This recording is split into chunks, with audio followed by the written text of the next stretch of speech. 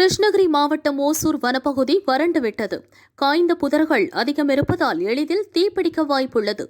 எனவே பொதுமக்கள் காட்டுக்கோ காட்டை ஒட்டிய பகுதிகளுக்கோ செல்ல வேண்டாம் என்று வனத்துறையினர் ஒலிபெருக்கி மூலம் எச்சரித்து வருகின்றனர். கால்நடை மேய்ச்சலுக்கு செல்வோர் தீப்பெட்டி, பட்டாசு உள்ளிட்ட பொருட்களை கொண்டு செல்லக்கூடாது.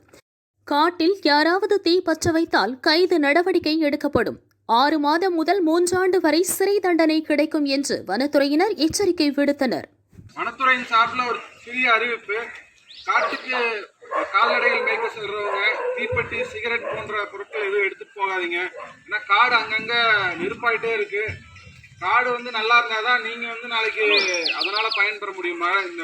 மழை வர்றது இதெல்லாம் காடு நல்ல செழுமையா இருந்தாதான் உங்களுக்கு மழை வரும். அதனால் மழை வந்தாதான் நீங்க விவசாயம் பண்ண முடியும். ஸோ காட்டினுடைய அந்த ஒரு முக்கியத்துவத்தை உணர்ந்து யாரும் காட்டுக்கு நெருப்பு வைக்காதீங்க. நெருப்பு வைக்கிறதுனால பார்த்தீங்கன்னா நேற்று கடந்த ஒரு வாரமாக எல்லா பக்கமே இருக்கிற இது எல்லாமே எரிஞ்சு சாம்பல் ஆகிட்டு இருக்கு. தயவு செஞ்சு யாரும் நெருப்பு வைக்காதீங்க.